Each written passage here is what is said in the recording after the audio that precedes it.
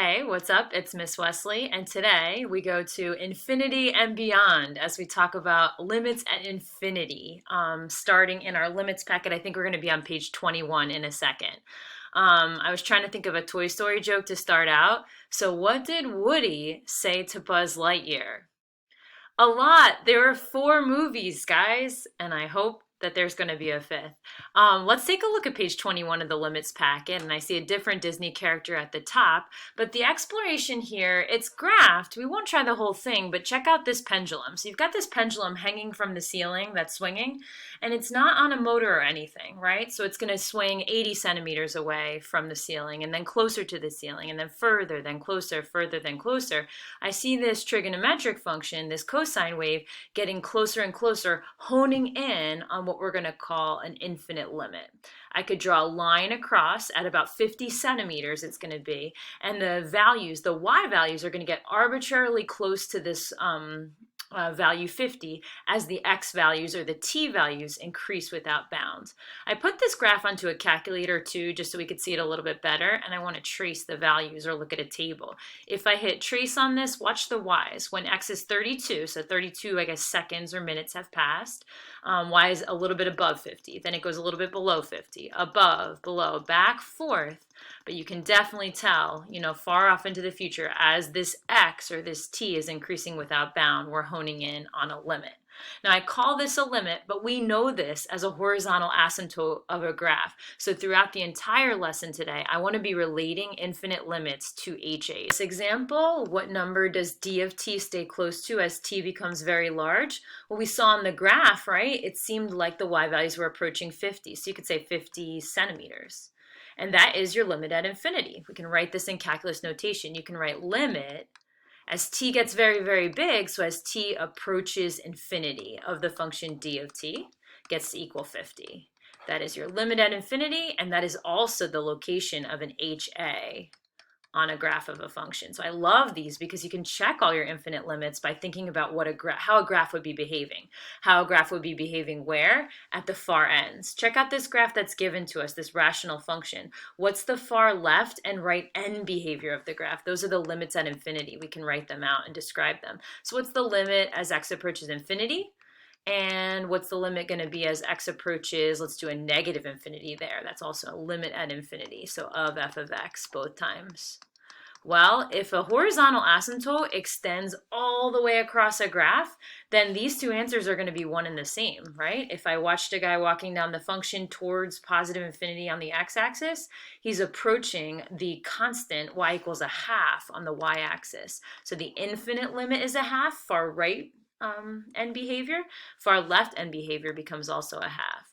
We will see some examples, maybe even today, where the two one-sided end behaviors don't actually match up. Remember we talked about how, especially with piecewise functions and sometimes with just rational graphs, HAs can be actually broken in between. I know this crushes you because you want an HA to be impermeable, but it's not.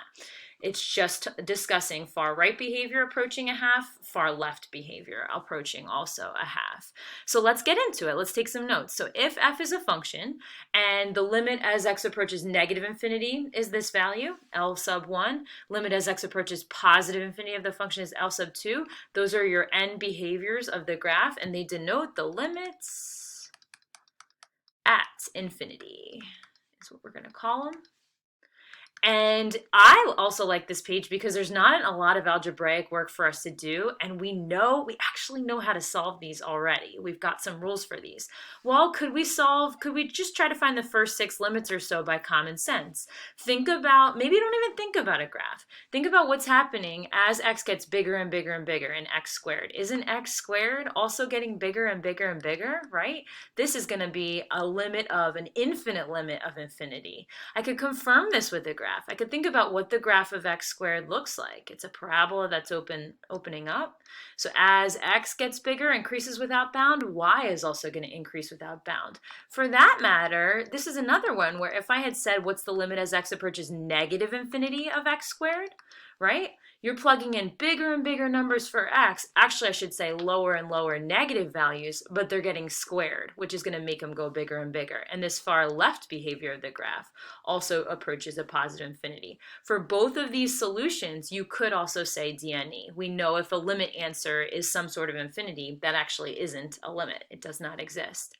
What about as x approaches infinity, is it going to matter? I know that 2x is going to get bigger and bigger and bigger, right? What about this -1? Is that going to get in the way? Does that affect the answer much at all? Well, think about it. You've got $1 million, right? You're plugging in bigger and bigger numbers for x. I'm going to make x 1,000,000, right? Your 1,000,000 is doubled. That's even nicer of me. And then I say, hey, can I just borrow $1? Can I just take $1 back from you?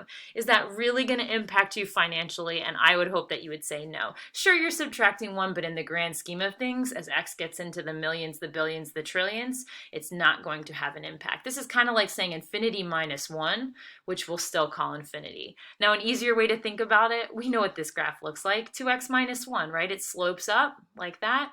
As x gets bigger and bigger, y is also going to get bigger and bigger. What about 1 over x? Can we guess this one? Well, the denominator's increasing without bound. The numerator staying at a constant 1. It's 1 over these huge positive values. The limit's going to be 0. And a graph would confirm this one too. 1 over x is your classic parent graph hyperbola. Far right behavior and behavior of the graph. As x gets bigger and bigger and bigger, y approaches 0. What about 4? 5 minus the fraction 2 over x squared. Okay, so the 5 is going to stay a 5. That's cool. The 2 over x squared, because of the conversation we just had, don't we know now that this is the denominator is going to get bigger and bigger and bigger? So you'll have the number 2 over a huger and huger value. I know that's not a word, but we'll say this goes to 0. So your limit's going to be 5 minus 0. If we were to graph this expression, y equals that, you would see a graph that limits off. It's going to have an HA at 5 as x gets bigger without bounds. Same thing for number 5, right? 3 stays at 3 over e to the x, that as x grows is going to just grow without bound. 3 over bigger and bigger numbers is going to give you a limit of 0 if you were to graph it. And then what about 6? 7 minus 1 over x. Well, I should watch out because this does say negative infinity instead of positive. This is the first one where we're in that case, but I don't think it's going to matter much. The 7 stays a 7, that's for sure. This fraction is going to 0 because the denominator, it is getting bigger and bigger negative, but you're getting this tiny, tiny negative decimal. It's going to go to 0. Technically, you could say 7 minus 0 or 7 plus 0. It's not really going to matter. Minus a tiny negative decimal. This limit is just like number 4. It's just going to be the constant 7. Okay, so let's try a little bit of algebra. If I don't want to have to think back to what the graph might look like every single time, can we come up with a shortcut for solving problems like this? So it says find the limit as x approaches infinity, and you've got these 3 rational functions in front of you. Let's have some fun. So algebraically, something that I'm allowed to do, I'm going to put limit as x approaches infinity, and something that I am allowed to do is to take every single individual term in that rational function and divide it by the highest power of x I see. So I can make this negative 2x over, see how I have an x squared down here, so put it over x squared, plus 3 over x squared. I'm going to do the same thing on the bottom, 3x squared over x squared plus 1. So I know I'm allowed to do this because I've divided everything by the same thing. Then when you simplify, you get the limit as x approaches infinity of a bunch of things that are going to go to 0, right? This is negative 2 over x when simplified. This is just going to stay a 3 over x squared. And then this part's going to be a 3 plus 1 over x squared. So you have 3, and now I'm giving you a huge hint, 3 bottom-heavy terms going to 0, going to 0, going to 0, and then a 3 that stays at 3 on the bottom.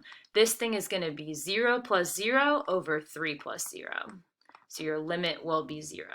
I wonder if you think this is taking me a little bit too long, and I wonder if there's people out there in the crowd who could look at number 8 and decide what the limit's going to be by looking at it. Does the number negative 2/3 seem like a plausible answer to you, because that's what it is.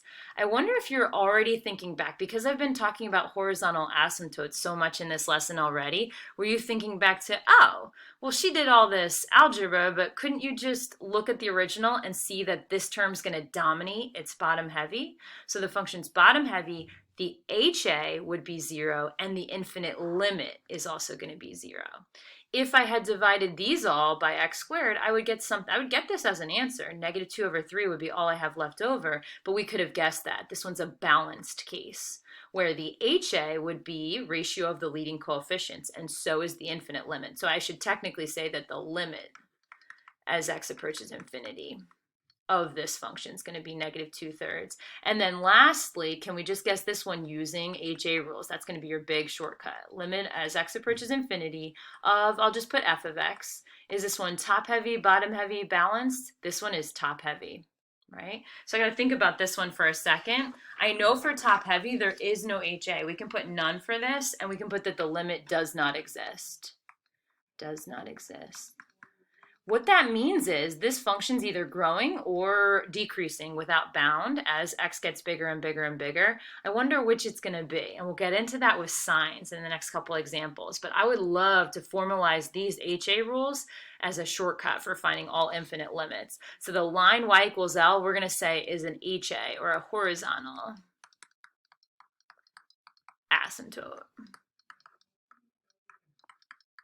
of the graph, as long as the infinite limit to either the far left or the far right equals that number L. So we can trust it without having to show a lot of work. Bottom heavy functions have a limit at infinity of 0, just like the HA would be 0 for a function that has a higher degree of x on the bottom, algebraically.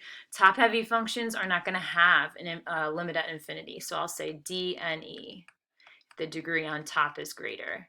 And then if you can compare degrees and they're balanced on top and bottom, we'll say ratio of the leading coefficients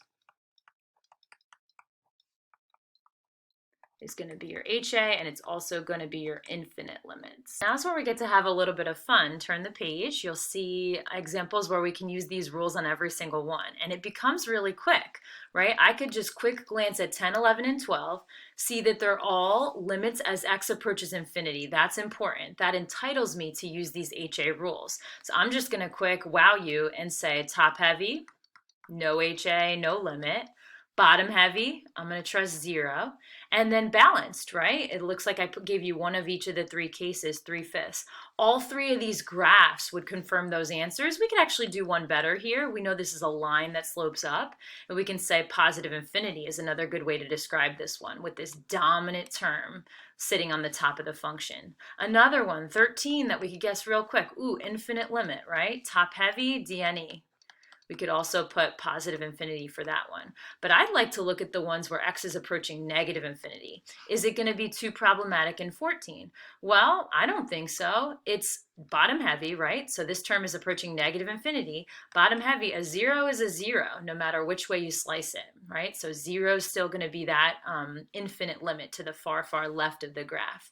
Will this change the answer? So what are we? Top heavy, bottom heavy? Looks like we're balanced. So my guess for 15, using HA rules, would be some sort of 6 over 2.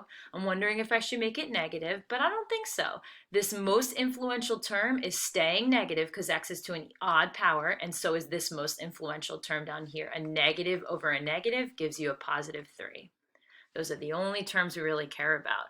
I want to skip over. 18 and 19 are the same question, but with x approaching positive and negative infinity. In this one, top heavy, I can say dne, or positive infinity. Check out this one. In this one, the most influential term is staying positive, right? Even though x is going to negative infinity, that number is getting squared, so that's going to stay positive. While the denominator, right, this x down here, most influential term in the bottom, is staying negative. A positive over a negative. Sure, you're still top heavy. Sure, you can still say dne, but negative infinity is a good answer there. And lastly, don't let these square roots trick you. This one here, right? It almost looks like it's top heavy, but this first term, if I were allowed to break it off, would just be a linear term. We are balanced in number 20. So pulling off leading coefficients, I'm going to say square root of 2 over 3. If I get the same question, but with x approaching negative infinity, no big deal. We're balanced. I'll acknowledge that. The denominator is getting more and more negative. But check out the numerator. Numerator is staying positive because that negative infinity is getting squared. So a positive over a negative, I'm going to change, and you could see this one on a graph too. I'm going to change that answer to negative 2/3. We'll pick up with 22 the next time. It's a cool one. I'll just pose it to you as a challenge. It actually, this kind of behaves like x. I know you're adding 1 in there, but in the grand scheme of things, this whole function is going to behave like x minus x. So the spoiler is you're going to get an infinity minus infinity. Check the graph on this one. You're going to get 0. All right, I will talk to you soon. Have a great day.